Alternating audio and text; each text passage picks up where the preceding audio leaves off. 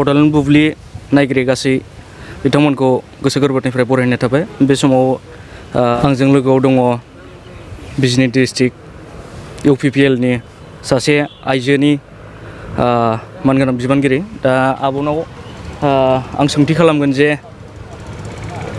33 नं बिजनी समस्तिनि मानगोनां फुनेन बर' बिथाङा बिथांनि देरहासारनाया बबे लामाजों थांगासिनो दं, दा बिथांनाव सोंथि खालामगोन। गिबि आब'खौ खुलुमबाय, गोजोन्थों। खुलुमबाय, आङो बिजनी डिस्ट्रिक्ट वमेन सेलनि जेनेरेल सेक्रेटारि। दिनै जोङो 33 नं बिजनी LAC नि बिजाथि फुनेन बर' सारनि थाखाय जोङो स्ट्रं खालामनो थाखाय, जोंनि आइजोफोरनि मोनथायखौ बिख'नानै लानो थाखाय आरो गासैबो बिटिआरआव थानाय जाथि जनगोष्ठीनि जौगानायनि लामाजों दैदेनलांनो थाखाय जोङो बयबो खौसे जादों।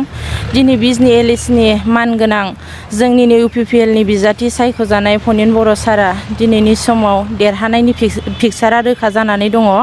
मानो होनोब्ला दिनै UPPL नि आदर्श आरो नीतिखौ मोजां मोननानै गोबां जाथि जनगोष्ठीनिफ्राय दिनै UPPL हानजायाव जयनिं जाफैदों।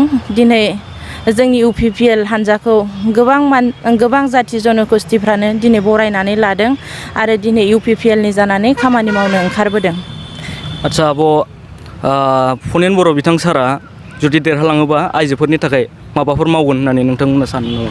फुनेन बर' सारा दिनै गोबाव सम बियो जोंनि जाथिनि जानानै खामानि मावबोबाय थादों।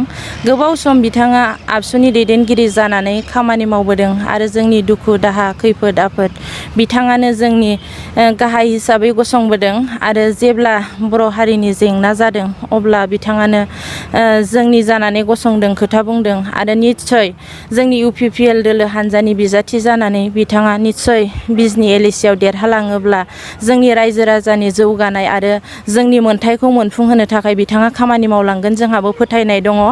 आरो जोङो आइजोनि थाखाय बिथांनियाव जोङो डिमान्ड खालामदों 33% मोनथायखौ मोनहोनो थाखाय।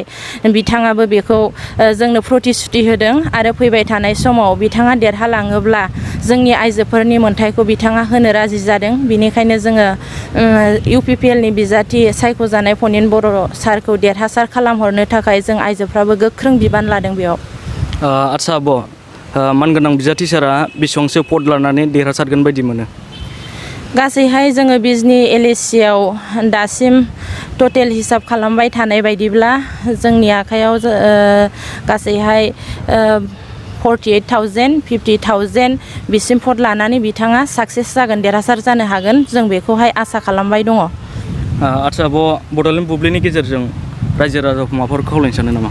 जोङो दिनै आइजो माहारिफोरखौ आं बांसिन खावलायगोन बड'लेण्ड बुब्लिनि बे मिडियानि गेजेरजों दिनै जों आइजो माहारिनि 33%खौ लानानै जोंबो आइजोफोरनि दैदेनगिरि हिसाबै जों खामानि मावबोबाय थादों। बिनिखायनो फैबाय थानाय समाव जों आइजो माहारियाबो जोङो राजनितिक फोथाराव ओंखारबोनानै बयबो बाहागो लानांगोन आरो दिनैनि समाव जों खौसे जानानै जोंनि मोनथायफोरखौ जों बिख'नानै लानांगोन आरो BTR नि सरकार प्रमद बर'नि सरकारखौ जोङो स्ट्रं खालामनानै जोङो दिसपुरावबो जोंनि सरकारखौनो दाफुंहोनो हानांगोन।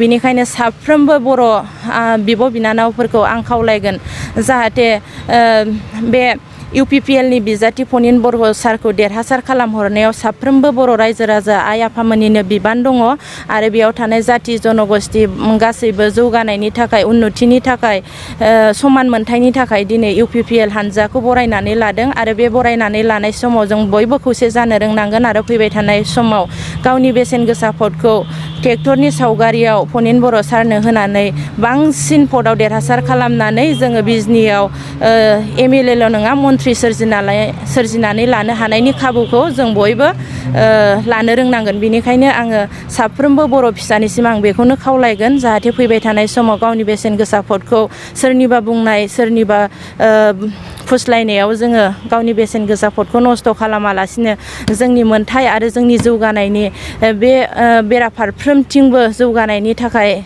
जोङो साफा बिबानगिरि हिसाबै जों बयबो दायथ' लालायनानै खामानि मावगोन बेखौनो साफ्रोमबो बर' फिसानिसिम बा बेयाव थानाय जाथि जनगोष्ठीनिसिम खावलायनानै बा आर'ज गाबनानै आंनि बे मोगा मोगि लानाय आयदायाव फोरमायनांगौ बुंनांगौखौ बेखिनियावनो होननानै फोजोबनाय जाबाय। गोजोन्थों, खुलुमबाय। बड'लेण्ड बुब्लिनिफ्राय आब'खौ सम होनायनि थाखाय साबायखर जासिबाय।